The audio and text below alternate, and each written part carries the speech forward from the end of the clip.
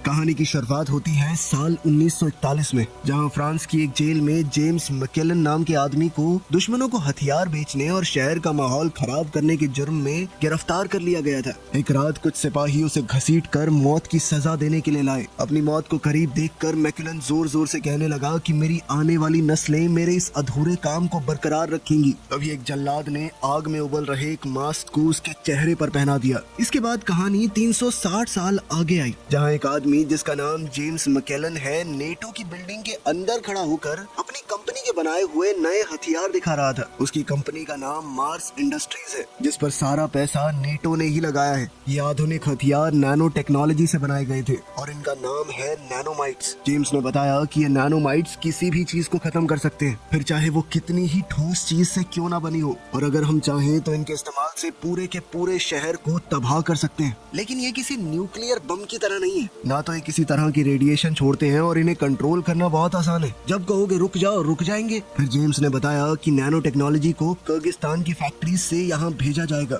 और फिर हम इसे नेटो के गोदाम में रखेंगे। अगले दिन 4 नैनोमाइट बॉम्ब्स को एक सूटकेस में रखकर नेटो की फोर्सेस को सौंप दिया गया। इस मिशन की जिम्मेदारी ड्यूक और रिपकॉर्ड नाम के 2 सिपाहियों को दी गई, मगर रास्ते में अचानक से एक रहस्यमयी एयरक्राफ्ट उनके हेलीकॉप्टर के पास पहुंचा और उसने ताबड़तोड़ फायरिंग करके नेटो फोर्सेस के आदमियों को मारना शुरू कर दिया। इस हमले के जवाब में नेटो के फौजियों ने भी तरह तरह की मिसाइल्स उन पर चलाई, लेकिन उस अनजान एयरक्राफ्ट पर बिल्कुल भी असर नहीं हुआ। अपने एडवांस हथियारों का इस्तेमाल करके एयरक्राफ्ट ने नेटो की सेना के सारे ट्रक उड़ा दिए और एयरक्राफ्ट को जमीन पर उतार दिया। फिर एक औरत बाहर आई जो कि इस टुकड़ी की कैप्टन भी थी। उस औरत के साथियों ने सभी बचे हुए फौजियों को मार गिराया और इसी अफरा तफरी के बीच उसने नैनोमाइट्स वाला सूटकेस निकाल लिया और वहाँ से जाने लगी। लेकिन जैसे ही ड्यूक को ये बात पता चली तो वो उस औरत का पीछा करने लगा। जब उन दोनों का एक दूसरे से सामना हुआ तो ड्यूक ने उस औरत को पहचान लिया। उसका नाम बैरनेस है। बैरनेस ने तुरंत निकलने के लिए हमला किया और वहाँ से जाने लगी, मगर तभी अचानक वहाँ एक रहस्यमयी सेना पहुँच गई।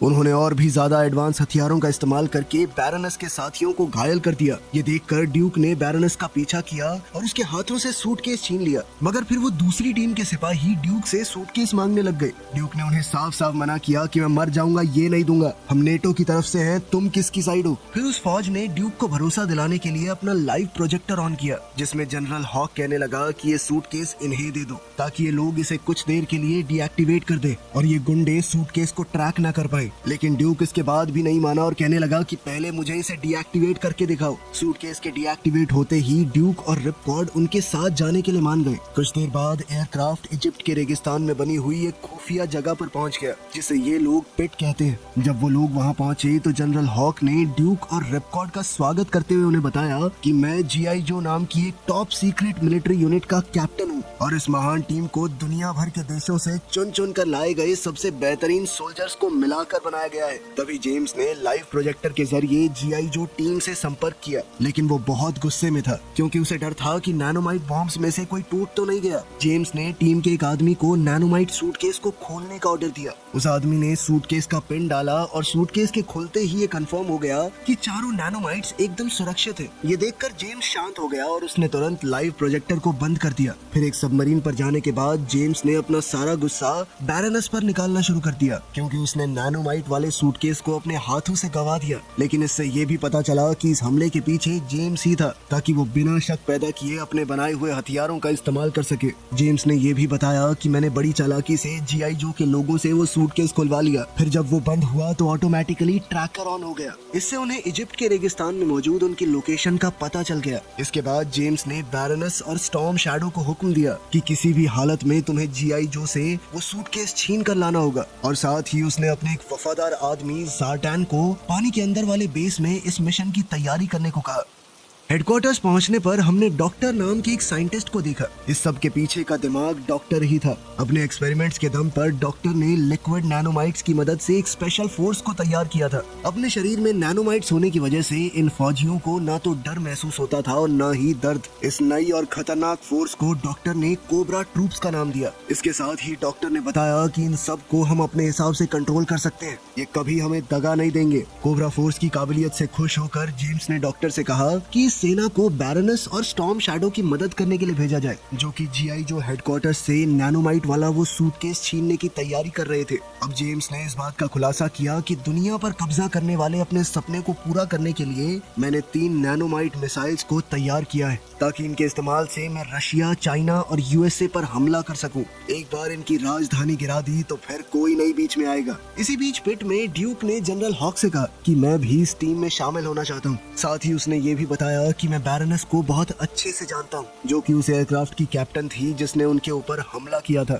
इधर बैरनस अपने घर लौटने के बाद अपने पति डैनियल से मिली। डैनियल ने कहा कि मैं बहुत परेशान हो रहा था, तुम्हारी कोई खोज खबर नहीं थी मुझे। इस पर बैरनस ने उसे शांत करते हुए कहा कि इतनी चिंता मत किया करो। फिर जब डैनियल कमरे से बाहर गया तो स्टॉर्म शैडो अचानक से वहाँ पहुँच गया और बैरनस को चेतावनी देने लगा कि ध्यान मत भटकाओ, हमें आज ही इस मिशन को पूरा करना होगा। स्टॉर्म के जाने के बाद बैरनस ने एक अंगूठी का डब्बा खोला, जिससे उसकी 4 साल पुरानी यादें ताजा होने लगी। बैरनस को वो वक्त याद आया जब ड्यूक ने उसे एक पार्टी में प्रपोज किया था। वो एक दूसरे से प्यार करते थे। बैरनस का छोटा भाई रेक्स, जो कि मिलिट्री साइंटिस्ट था, पास ही खड़ा ये सब देख रहा था। बैरनस ने कहा कि मैं तुम्हारी अंगूठी तो ले लेती हूँ, लेकिन एक शर्त है कि तुम हमेशा मेरे छोटे भाई रेक्स का ध्यान रखोगे, उसे कुछ भी होना नहीं चाहिए। इसके कुछ समय बाद ही ड्यूक और रेक्स को एक खास मिशन पर भेज दिया गया। तब जाते हुए ड्यूक ने बैरनस से वादा किया कि वो रेक्स का ध्यान रखेगा और उसे सही सलामत घर वापस लेकर आएगा। खैर, यादों का ये सिलसिला टूटा और उधर पिट में हैवी ड्यूटी ने ड्यूक और रिपकॉर्ड को जीआई जो के खतरनाक हथियारों का इस्तेमाल करने की ट्रेनिंग दी। टीम में शामिल होने से पहले उन दोनों को ये दिखाना होगा कि वो इस लायक हैं भी या नहीं। रिजल्ट्स का ऐलान किया। ड्यूक और रिपकॉर्ड को जीआई जो टीम में शामिल होने के लिए मंजूरी मिल गई थी। ठीक उसी रात जब पूरा पिट एकदम शांत था और टीम के ज्यादातर लोग आराम कर रहे थे, तभी अचानक से नुकीले मुंह वाला एक एयरक्राफ्ट पिट की दीवार को तोड़कर सीधा अंदर घुस गया। फिर स्टॉर्म शैडो, ज़ार्टैन और कोबरा फोर्स के कुछ फौजी बाहर निकले। जीआई जो के एक सैनिक को निशाना बनाने के बाद ज़ार्टैन ने उसके कपड़े पहन लिए और सीधा जनरल हॉक के कमरे की तरफ बढ़ गया ताकि अचानक से हमला कर सके। ठीक उसी वक्त बैरनस और स्टॉर्म शैडो ने भी तिजोरी खोलकर नैनोमाइट्स वाला वो सूटकेस बाहर निकाल लिया, लेकिन घायल होने के बावजूद भी जनरल हॉक ने जैसे तैसे इमरजेंसी अलार्म को एक्टिवेट कर दिया और अलार्म सुनते ही पूरी टीम हरकत में आ गई। उन्होंने घुसपैठियों को रोकने के लिए सबसे पहले तो उनके एयरक्राफ्ट को तबाह किया। एयरक्राफ्ट को तबाह हुआ देखकर बैरनस के कुछ आदमी लड़ते हुए पिट के कंट्रोल रूम में घुस गए और पिट की छत को खोल दिया ताकि बाकी लोगों को भागने में मदद मिल सके। फिर जैसे ही बैरनस और स्टॉर्म शैडो अपने खास सूट्स के पंख खोलकर भागने की तैयारी करने लगे तो ड्यूक ने आगे बढ़कर उनका रास्ता रोक लिया, मगर कोबरा फोर्स का सिपाही तभी पीछे से आया और उसने ड्यूक पर हमला कर दिया। लेकिन खुशकिस्मती से रिपकॉर्ड सही वक्त पर वहां पहुंचा। उसने हमला करने वाले को मार गिराया और अपने साथी ड्यूक की जान बचा ली। पिट के अंदर पूरी तरह अफरा तफरी मच गई। इसका फायदा उठाते हुए बैरनस और स्टॉर्म शैडो पिट से भागने लगे। तभी उनका रास्ता स्नेक आइज ने रोक लिया और स्टॉर्म शैडो उसका सामना करने के लिए पीछे ही रुक गया। लड़ते लड़ते उसे एहसास हुआ कि उसके सामने खड़ा योद्धा कोई और नहीं, उसके बचपन का दोस्त है। इसी बीच बैरनस लिफ्ट के जरिए भागने लगी, लेकिन स्कारलेट ने उसका रास्ता रोक दिया और अब दोनों के बीच भयानक लड़ाई शुरू हो गई। आखिर में स्टॉर्म शैडो अपने एडवांस सूट का इस्तेमाल करके हवा में उड़ने लगा। तभी बैरनस ने भी उसे पकड़ लिया और वो दोनों नैनोमाइट्स वाला सूटकेस लेकर वहाँ से निकल गए। ऊपर एक एयरक्राफ्ट पहले से उनका इंतजार कर रहा था, जिसमें चढ़कर वो पल भर में वहाँ से निकल गए। उधर पिट में रिपकॉर्ड ने देखा कि बैरनस के साथ लड़ाई करते वक्त स्कारलेट घायल हो गई थी। इसी बीच स्नेक आइज को भी अपना बचपन याद आने लगा। उसने अपने बचपन के दिनों को देखा कि वो टोक्यो में है, जहाँ उसने एक मंदिर से खाना चुराया था और पकड़े जाने के बाद स्टॉर्म शैडो ने उसकी जमकर पिटाई भी की। लेकिन इतने में मास्टर ने उन्हें देख लिया था। उन्होंने स्नेक आइज को मंदिर में ही रुककर मार्शल आर्ट सीखने को कहा। इधर आज की दुनिया में हेडक्वार्टर्स के अंदर जेम्स ने बैरनस और स्टॉर्म शैडो को अपना पहला आतंकवादी हमला करने को कहा। वो कहने लगा कि सबसे पहले हम पेरिस में एक नैनोमाइट बॉम्ब का इस्तेमाल करेंगे, क्योंकि फ्रांस की सरकार ने मेरे पूर्वजों पर अत्याचार किए थे। दूसरे कमरे में डॉक्टर ने ज़ार्टैन के शरीर में नैनोमाइट्स का इंजेक्शन लगा दिया ताकि इसकी मदद से वो अपना हुलिया बदलने में पूरी तरह कामयाब हो जाए। उधर पिट में मौजूद ड्यूक और बाकी फौजियों को शक होने लगा कि इन सभी हमलों के पीछे छुपा हुआ मास्टरमाइंड कोई और नहीं बल्कि जेम्स ही है। उसके कुछ देर बाद ब्रेकर ने बैरनस के बारे में नई जानकारी ढूंढ निकाली, जिससे उन्हें ये पता चल गया कि उसकी शादी डैनियल से हो चुकी है, जो कि एक ऐसा साइंटिस्ट है जिसका नैनोमाइट टेक्नोलॉजी को बनाने में बहुत बड़ा हाथ है। ये समझकर सोचकर कि बैरोनेस बॉम्ब को एक्टिवेट करने के लिए डैनियल के पास जाएगी, जीआई जो की टीम तुरंत डैनियल की लैब की तरफ रवाना हो गई। पेरिस की तरफ उड़ान भरते हुए ड्यूक को 4 साल पहले की घटनाएं याद आने लगी। रेक्स के साथ जब वो मिशन पर गया तो रेक्स एक लैब में घुस गया, पर तभी एक फाइटर प्लेन ने लैब पर बम गिरा दिया, जिससे भयानक धमाका हुआ और रेक्स की मौत हो गई। अपने वादे को पूरा न कर पाने की वजह से ड्यूक बैरोनेस का सामना नहीं कर पाया और तब से लेकर आज तक दोनों के बीच की दूरियां बढ़ती चली गई। पेरिस पहुंचने के बाद बैरोनेस और स्टॉर्म शैडो डैनियल की लैब में जबरदस्ती घुस गए और उसे सूटकेस के अंदर मौजूद सभी नैनोमाइट बॉम्ब्स को एक्टिवेट करने पर मजबूर करने लगे।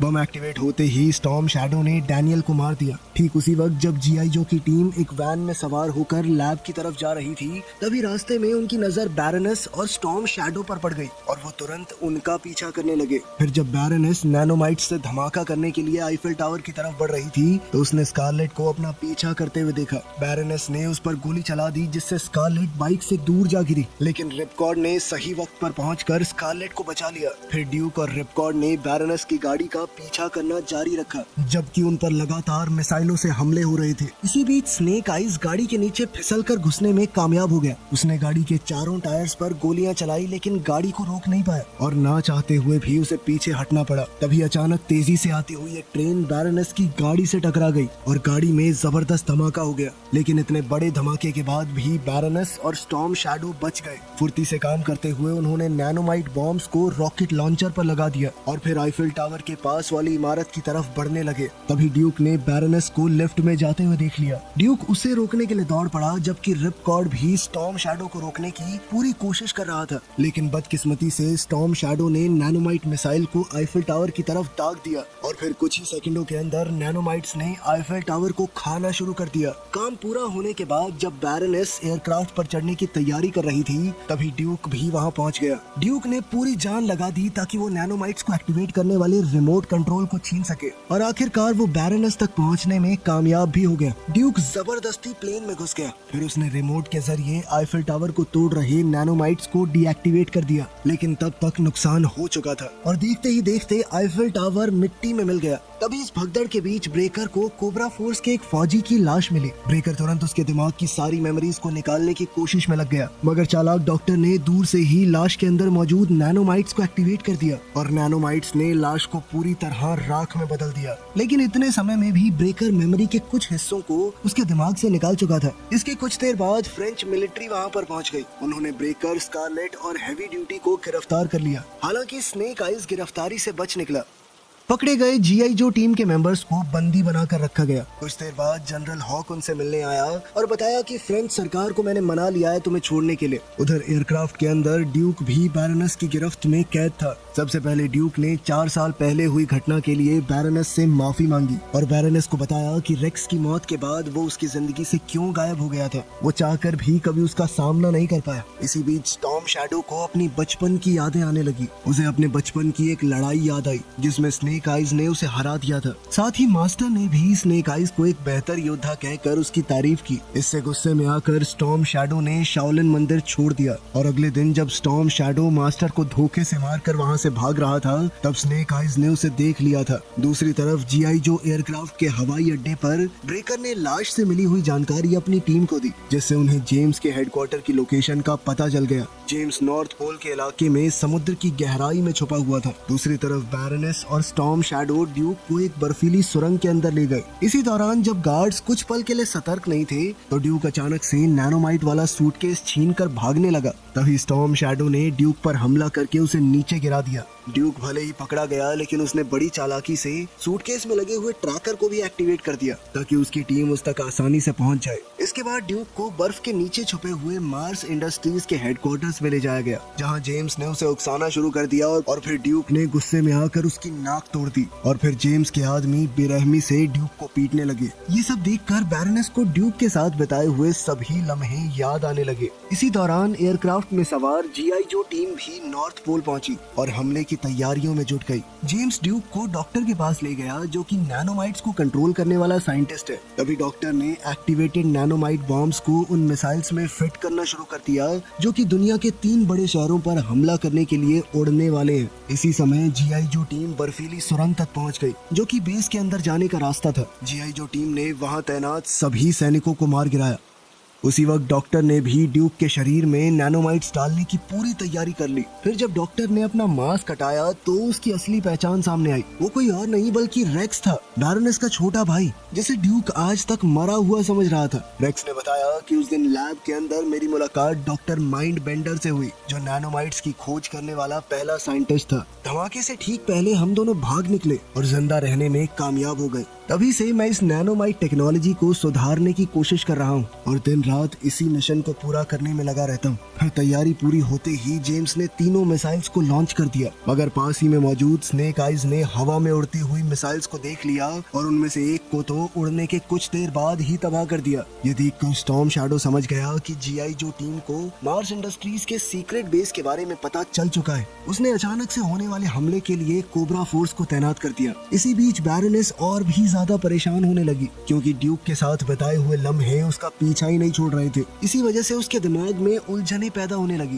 तभी वॉशिंगटन में यूएसए के प्रेसिडेंट को सुरक्षित बंकर में ले जाया गया, क्योंकि प्रेसिडेंट की टीम को खबर मिल गई थी कि एक मिसाइल राजधानी की तरफ बढ़ रही है। इसी बीच रिपकॉर्ड ने एक एयरक्राफ्ट में उड़ान भरी ताकि मिसाइल्स को रोका जा सके। बाकी की जीआई जो टीम जेम्स के छुपे हुए हेडक्वार्टर्स के अंदर तक पहुंच गई। अपनी यादों से परेशान होकर बैरोनेस डॉक्टर की लैब में घुस गई और अचानक डॉक्टर पर हमला करके ड्यूक को बचा लिया। इसके बाद जब ड्यूक ने बैरोनेस की गर्दन की तरफ देखा तो वो समझ गया कि ये निशान किस चीज का है। बैरोनेस पहले ही नैनोमाइट्स का शिकार बन चुकी है। घायल डॉक्टर ने रिमोट कंट्रोल का इस्तेमाल करके बैरोनेस को बेहोश कर दिया और ड्यूक को धमकी देने लगा कि अगर कोई भी होशियारी दिखाई तो बैरोनेस को जान से मार दूंगा। फिर डॉक्टर ने ड्यूक को बताया कि 4 साल पहले जब तू चला गया था, उस वक्त मैंने अपनी बहन को टूटा हुआ और अकेला देखा। तब मैंने चुपके से बैरोनेस के शरीर में नैनोमाइट से भरे इंजेक्शन लगा दिए ताकि मैं उसे कंट्रोल कर सकूं। वो हमेशा मेरे लिए वफादार रहे। तभी बेस के दूसरे हिस्सों में स्नेक आइज और उसकी बाकी टीम दुश्मनों का सामना करते हुए आगे बढ़ते रहे। मेन सबमरीन पर जनरल हॉक ने हैवी ड्यूटी को पानी के अंदर वाले बेस पर हमला करने का ऑर्डर दिया, लेकिन हमला शुरू होने से पहले ही कोबरा फोर्सेस ने जीआई जो टीम का रास्ता रोक लिया।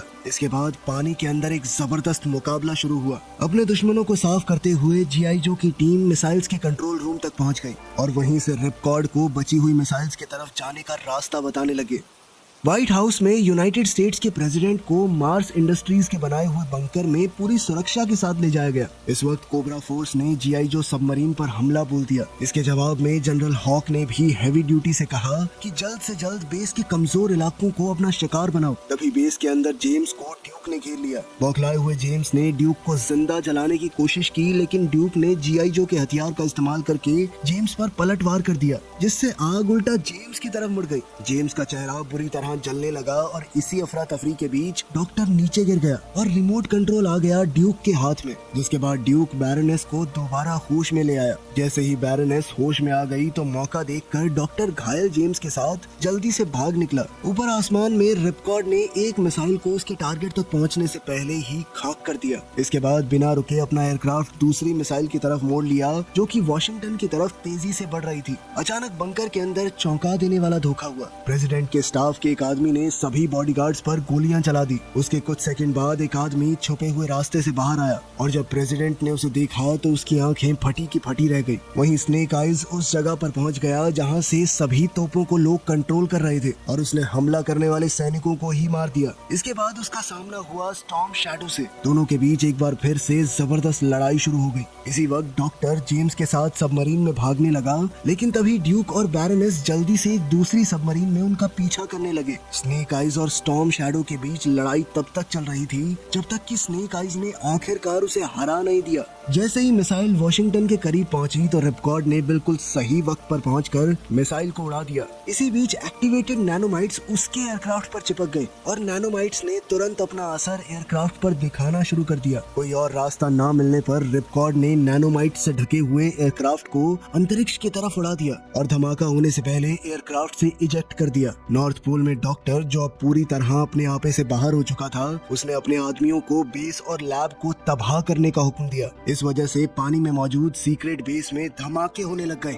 अब बेस को तबाह होता देखकर स्कारलेट ब्रेकर और स्नेक आइज लिफ्ट की तरफ दौड़ने लगे और बिल्कुल सही वक्त पर बेस के ऊपर आ गए। वहीं सबमरीन के अंदर डॉक्टर जेम्स के जले हुए शरीर में नैनोमाइट्स के इंजेक्शन लगाने लगा और अब जेम्स का सर लोहे में बदल गया। साथ ही उसे एक नया नाम मिल गया, डेस्ट्रो। डॉक्टर ने खुद को भी नैनोमाइट्स का इंजेक्शन लगाया और खुद कोबराज का कमांडर बन गया। कुछ ही देर में जीआई जो टीम ने सबमरीन को घेर कर दोनों को पकड़ लिया। आखिरकार उन्हें एक हाई सिक्योरिटी जेल में डाल दिया गया। बाद में साइंटिस्टों ने ड्यूक को बताया कि बैरोनेस के शरीर से नैनोमाइट निकालने में बहुत समय लगेगा। इस पर ड्यूक ने बैरोनेस से वादा किया कि तुम्हें बचाने के लिए जो कुछ हो सकेगा मैं सब करूंगा। चलो विलन गए जेल में, अपने हीरो को हीरोइन मिल गई, हो गई हैप्पी एंडिंग। मिलते हैं अगली वीडियो में। वीडियो पसंद आई तो लाइक कर देना, चैनल को सब्सक्राइब कर लेना। मिलते हैं अगली वीडियो में।